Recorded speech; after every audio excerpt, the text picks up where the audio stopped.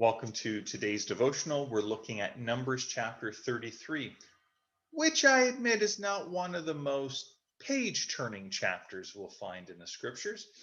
It begins with basically a review of the travel itinerary of Israel as they went through the desert from this place to that place. And in the midst of that, it loses a little bit probably for us today, but some of those places would and should be triggering for us the events that happened at those places.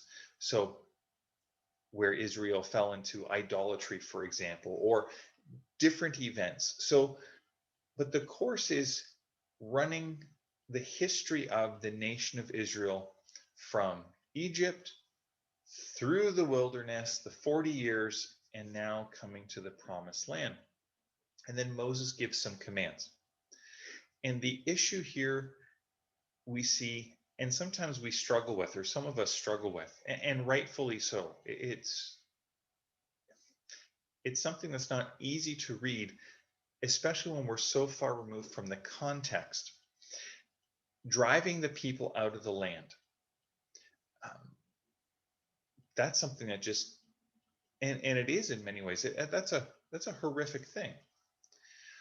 We need to understand a couple things, and I've mentioned this in previous devotionals. And I'm not trying to minimize things, or I'm not trying to defend God, because he doesn't need defending.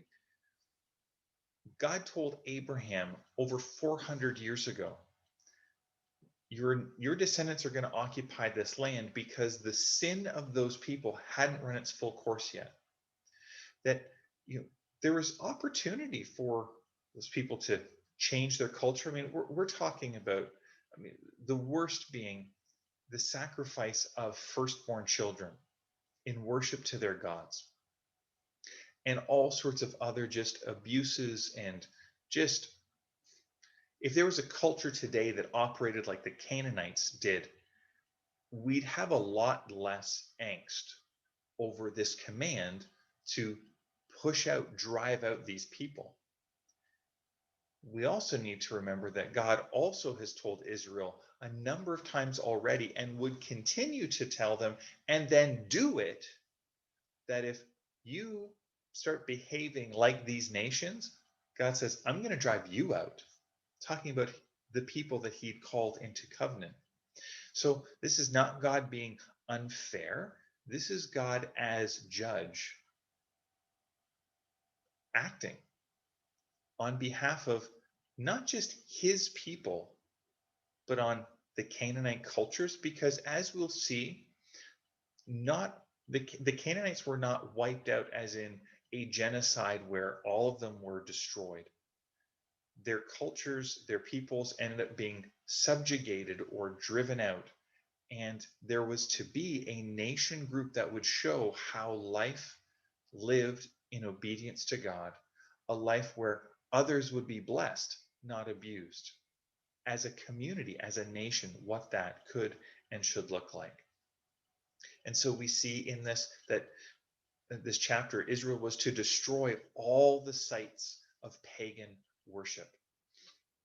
Not just so that Israel would no longer participate in that, but those that remained of the Canaanite peoples would also not have opportunity to continue the vile, and I don't say that lightly, the vile practices that was associated with their worship of their gods.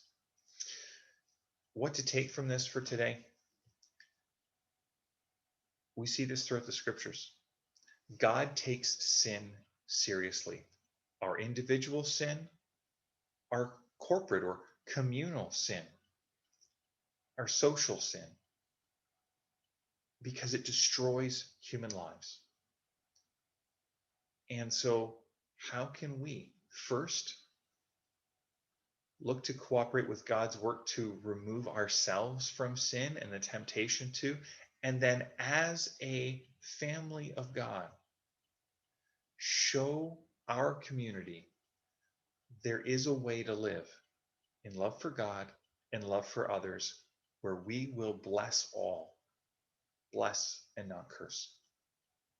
It's a tall order. That's why Jesus gave us his Spirit. May the Lord bless you and keep you. May the Lord make his face to shine upon you. May the Lord be gracious to you, and today would you know his peace. God bless.